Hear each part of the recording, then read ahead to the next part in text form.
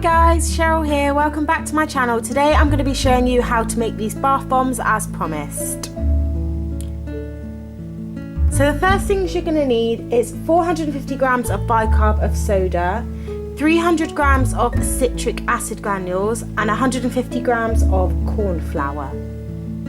You're also going to need an essential oil of your choice. I am using lavender, and you're going to need to put it into this spray bottle. You're going to need some shapes. I've just got some like plastic pressed together shapes here, but perfectly honest, silicone is probably better and easier. You're also going to need some olive oil just to put in your silicone or plastic shapes so they don't stick, and I have just got some lavender petals here to decorate with. So first thing to do is to sieve the citric acid granules, the corn flour and the bicarbonate of soda together. Now this can take absolutely ages because the citric acid granules kind of don't pass through a sieve too easily, so the best way I found was to kind of mash it with a spoon and get it all through.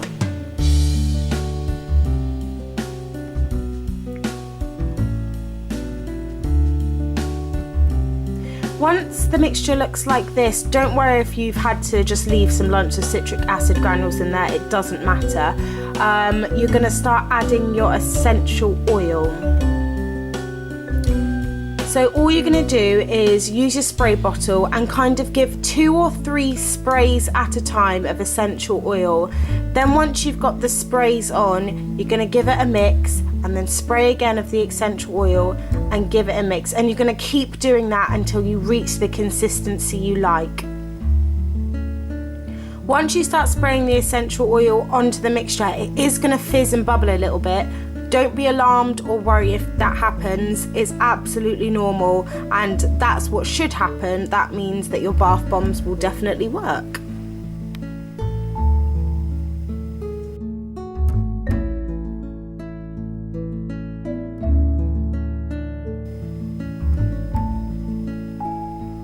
So once the kind of mixture is like, when you touch it, it goes really, really firm. That way you know it's ready. So you kind of want it to be crumbly but firm, so kind of like the consistency of wet sand.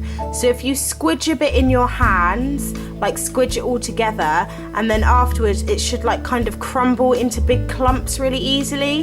That's when you know you've got the like right consistency. So it should be squidgy but crumbly.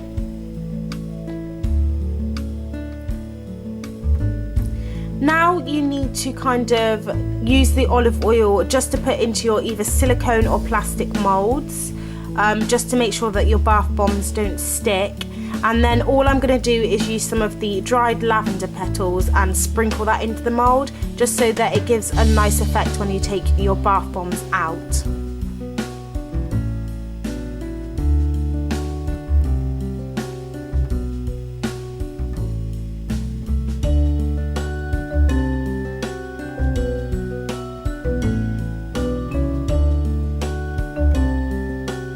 Next you need to start packing the mixture into your mold. So kind of use a small teaspoon and kind of press down really, really hard. You need to make sure that they're really packed tight into the mold, because else when you put them into the bath they're just going to crumble and they're not going to give the nice fizzing effect that you're after. So you need to really, really pack it in, keep smoothing off the top and just keep packing it in until you think that it's tight enough.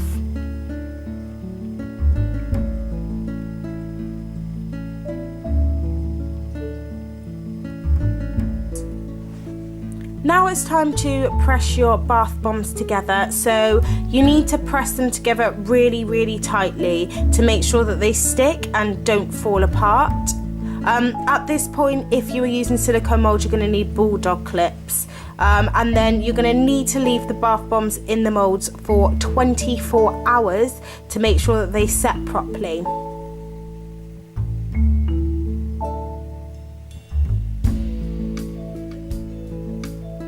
I also did some in silicone molds just to show you guys, so it's exactly the same. You just olive oil it, then I've added my lavender petals into the bottom, and then you just really, really pack the mixture in like really tight. These make bigger bath bombs as well, and it's probably cheaper than buying the actual molds.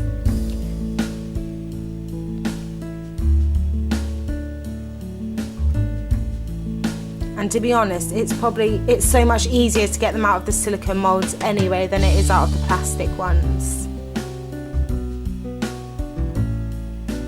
So here's just me taking the bath bombs out of the silicone molds just to show you, but it's probably best to leave it for 24 hours.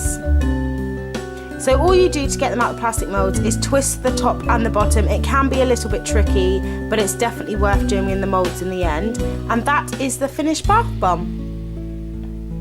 So here are my bath bombs. I've got some round ones, some heart-shaped ones, and the little cupcake-shaped ones, which are really cute. I think they just make amazing little Christmas gifts, and they don't cost a lot of money at all, and it's all ingredients that's easy to find.